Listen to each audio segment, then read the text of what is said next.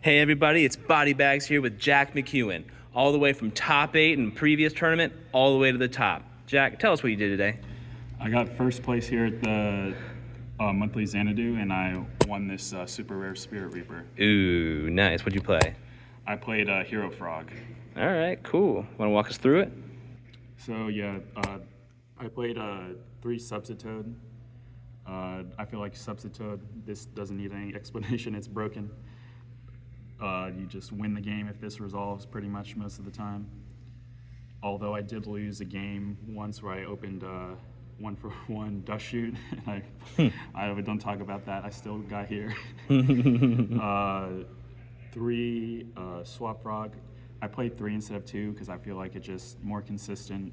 The 2, I just feel like you can side out one sometimes, but game 1 you want your deck to just be most consistent as possible, just win the game. Sure. Because game 1 is this deck's strongest suit because there's so much hate in this format, so you got to really make sure your deck performs and does what it's supposed to do. Oh yeah, 1. Everyone was prepped for this one, for sure. Like on the deck devs, all that. Yeah. 2 Dupe Frog, yeah, you don't play 3 in Hero Frog, there's just not enough space. 2 Treeborn, and then the Unifrog. I do main the Unifrog, some people side it, but...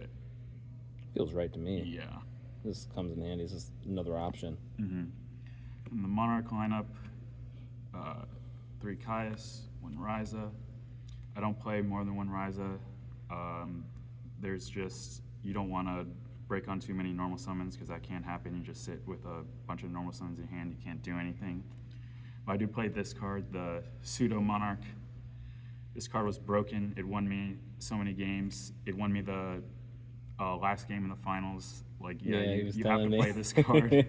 And then the hero package, I play the usual 5 Prodigy, Stratos, Ocean, Alias, and Malicious. Some people have cut this. I just feel like it's too important. Once again, game 1, you special summon this, normal summon Substitute, go into full dupe block, and then, yeah, it's pretty good because most of the other ways you make it dupe block in this deck, you have to go -1, but this you maintain your card advantage. And then I played the 2 hand traps, or yeah, battle stops. Gores and Battle Fader. Battle Fader was super MVP today. I'm glad I played it. Some lists have cut it, but I feel like you need at least 1 because it's just the surprise factor. I was playing Threatening Roar for the longest time instead, but that they usually know it's there and will try to out your back row before they go to the push. This they can't really account for. They just gotta hope you don't have it. So like, yeah, they commit huge amounts to the board. You drop this and you just win from there. And then onto the spells. 3 Miracle, I have nothing to say about that. It's a Hero Frog deck. You make Absolute Zero the most broken card. The 3 like broken Searchers or special summon cards. Yeah, searching Stratos is pretty good. Searching this card is pretty good. And then the 2 Takers. I didn't play Soul Exchange in this deck. I actually think Soul Exchange is pretty bad in Hero Frog because this deck gets pretty aggressive and like it's actually wins pretty quickly, but it can play the long game. So I just figured, like, in testing and when I've ever played it before, Soul Exchange was always just like, I felt like discard fodder for my discard traps, and I always hated it. And it like stifles your momentum, like you're trying to go for game, but like you just have this dead card in your hand that doesn't do anything. This card like puts a lot more pressure on the board, and it can be used as like a really bad battle trap at worst, but it still can like get you there. Yeah.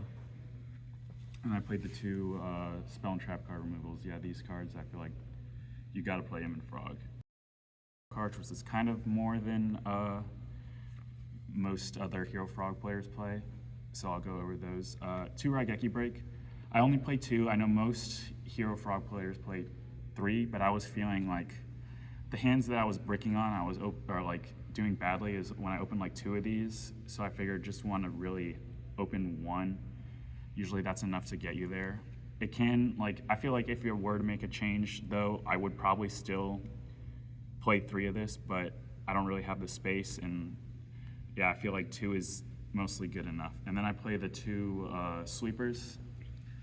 There's like a debate on whether frogs or not should main this, but I just feel like when they see the other cards I play, it adds to like the mind games, which I think can be really important, which I think that's why I won the finals. Yeah. Because he played into a Mirror Force because of these two Legacy. I actually feel like Legacy is the most, like, this card was really, really good in frogs, and I think it should honestly be a staple in all frog decks, or at least hero frog decks, because I like it better than Upstart Goblin, which is what I would probably play instead. But Upstart Goblin, life is just too, I feel like, important in this format. Like, and especially since this is like a timed tournament, you don't want to be really going into time. And activating this in like standby phase is really good. There's like a common scenario that comes up in frog players where, like, say you have a Treeborn in defense, and say they like attack it with a hero monster, and you have like a back row set.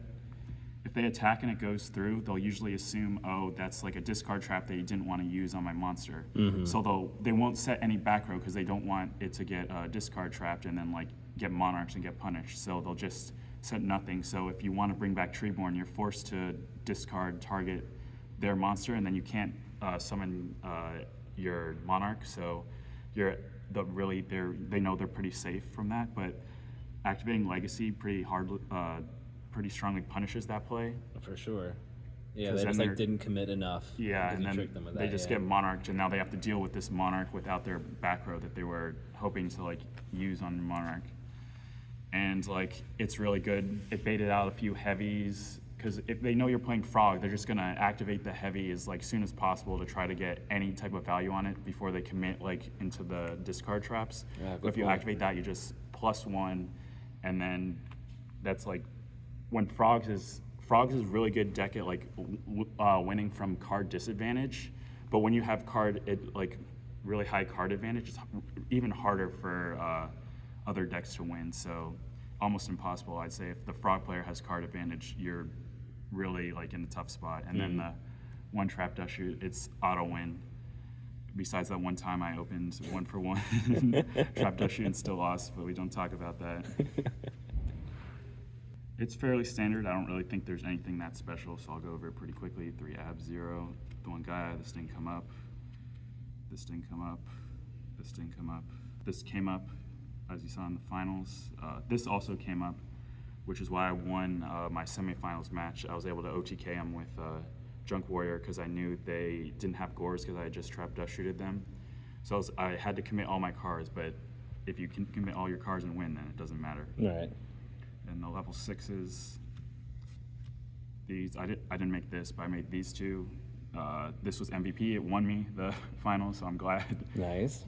I have this, and it's also broken because it's a water. You gain 500. Oh, with true, that, yeah. So that damage can really come up. And then I play Black Rose. I didn't make it today, but there was a spot I could have, but I decided to go into Goyo instead and take their monster. And then these 3 level 8s, they don't usually come up, but sometimes if you're desperate, you need to make a level 8, it can be important. I feel like this is side deck is where I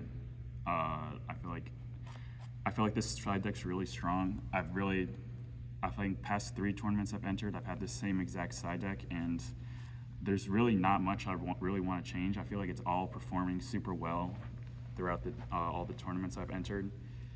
And yeah, so I'll go over that now.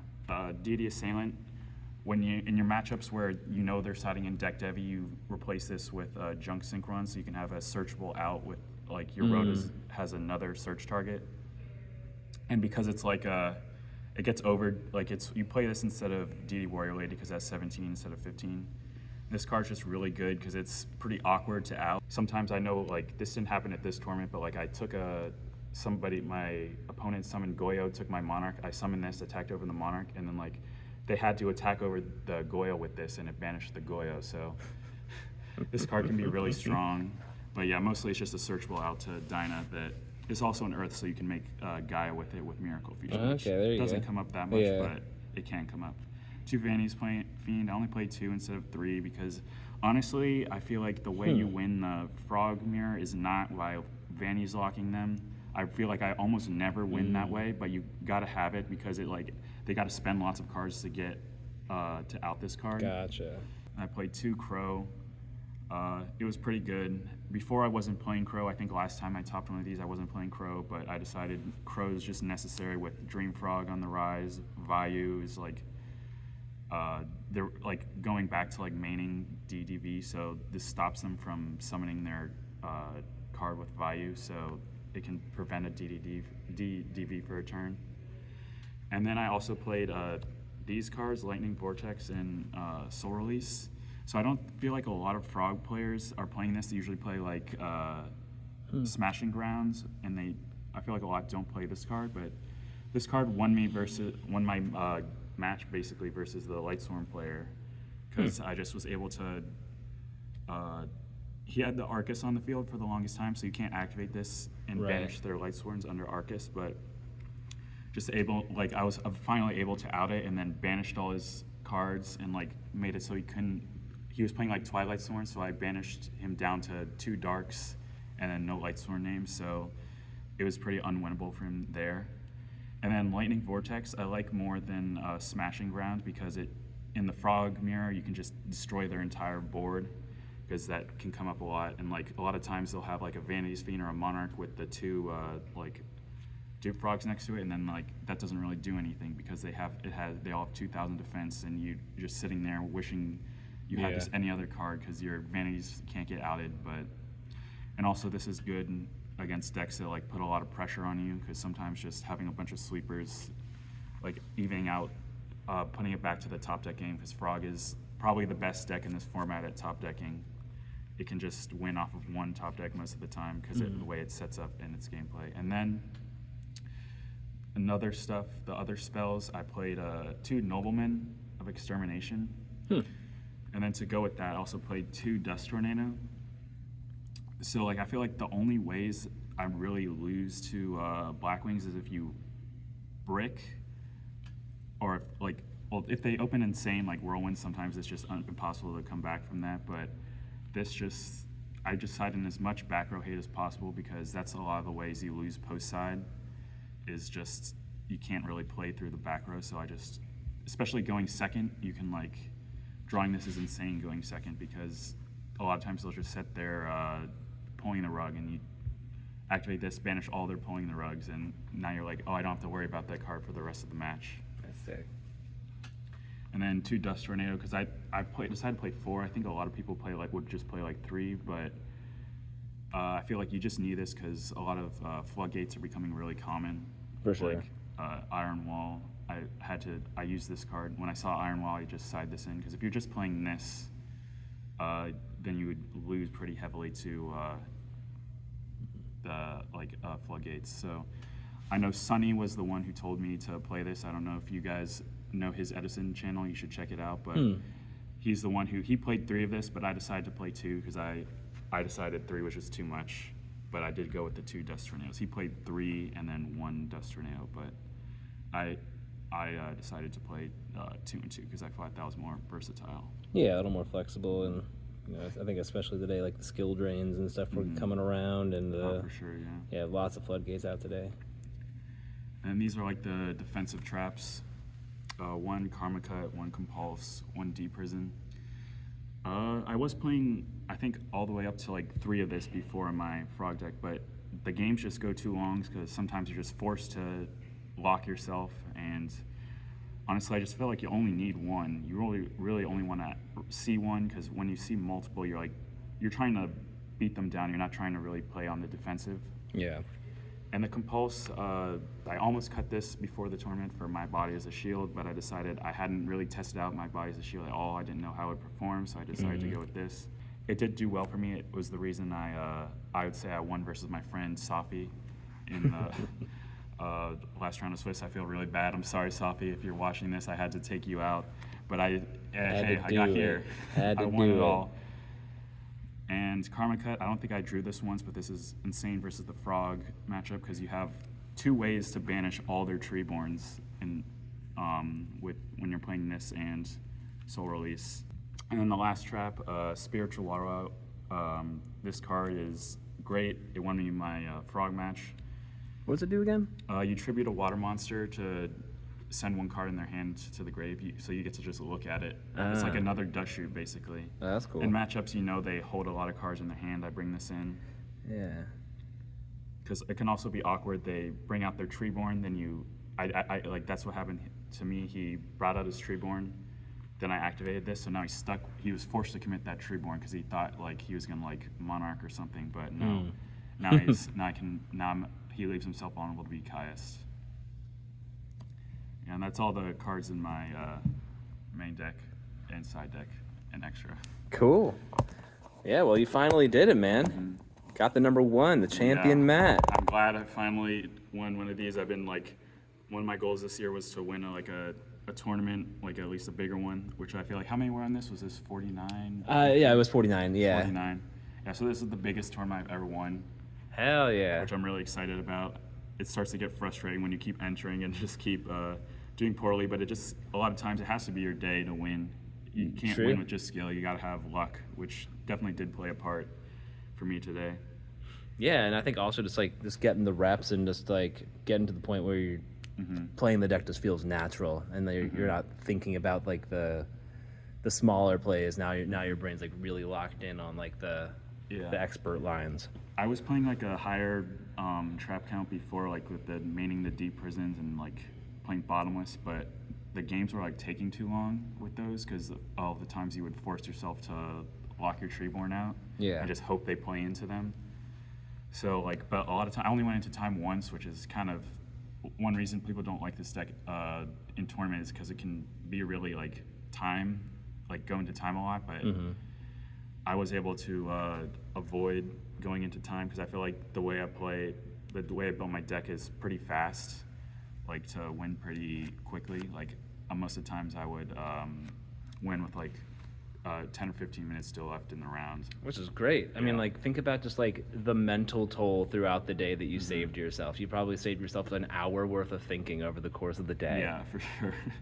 That was when I think I like burned myself out, and last time I was playing and got to top 8 and I just immediately lost to Yi Cheng Li. Yeah. I guess now I would like to give some shout-outs. Shout-outs to everyone at Curio. Gary, I know he just won his a GGP and GOAT format, and I was like, I'm gonna get my win soon in a tournament. I did. Hell yeah, bro! I won. Eric, the other Gonzalez brother, Safi, who I unfortunately had to take out in my run. Kylie, who drove me here, and I also had to take out my top 4, who also goes to my local. So I had to take out two of like my good friends, which didn't feel good, and also Ian, who also sometimes comes to our local. So I was just team killed. Friendly after team fire, kill, buddy.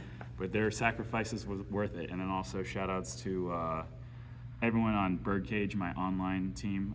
I am an online player. I go by Jack Sorn if anyone is curious about that. Who else do I need to shout out? Everyone on Birdcage. Shouts to my team captain, Gucci. He lives in Maryland, but he couldn't make it out today. He's made it out to a few of these, but then shout-outs to Rob, AJ, Trey, another winner. He goes to my local, another champion. So we have lots of champions. There's like a 6-person local with like 2 champions in it. Pedigree. And Brian, Ryan. I'm sure I'm missing someone. I apologize. Who? Mom. Oh yeah, shouts to Mom. Also, I lost round 1, which was pretty. Ooh. Yeah, I had you had to claw your way back. Claw my way back. Yeah, I lost to Trap Dragons, the guy in the top 8. I misplayed. I made a really small misplay game 1. Like I did the wrong attack order, and that cost me the whole game 1. And then I lost game 2 to Miracle Fusion. Oh, not Miracle Fusion, Future Fusion. Yeah. And then it's like, if that resolves, it's pretty hard to come back and win that. For sure. Yeah. So after that, I just was like, okay, I just got to play tighter, not tilt, because if you tilt, that's pretty much the end of your day. You won't just, you need to be able to focus and like still try to not misplay even if things aren't going your way at the first. Like I really just wanted to play to get points for the Invitational, even if I finish X2, but I won it all. So. Hey, there you go, bro. And funny, now I have 3 of these. Woo! Because this is my 3rd. Cool. Well, thanks for coming out and congrats on your big win. Tell the team back down in Virginia that we all say hi from FGG. Oh, yeah. I don't know if I shout out my local, but shout out to Curio Cavern. We run a weekly Edison local Fridays at Springfield. So if you're watching this and in the area and don't know about it, swing by. And yeah. Yeah, if you do, you're gonna be the next winner. Yeah. 'Cause I'll teach you everything I know. Yeah, all the winners come from Virginia. That's what I say. All right, man. Well, thanks for coming out. We'll see you next time. Yeah, I'll make sure to come to the next one. I'm gonna try to defend my title. Yeah, got to. Peace. See ya.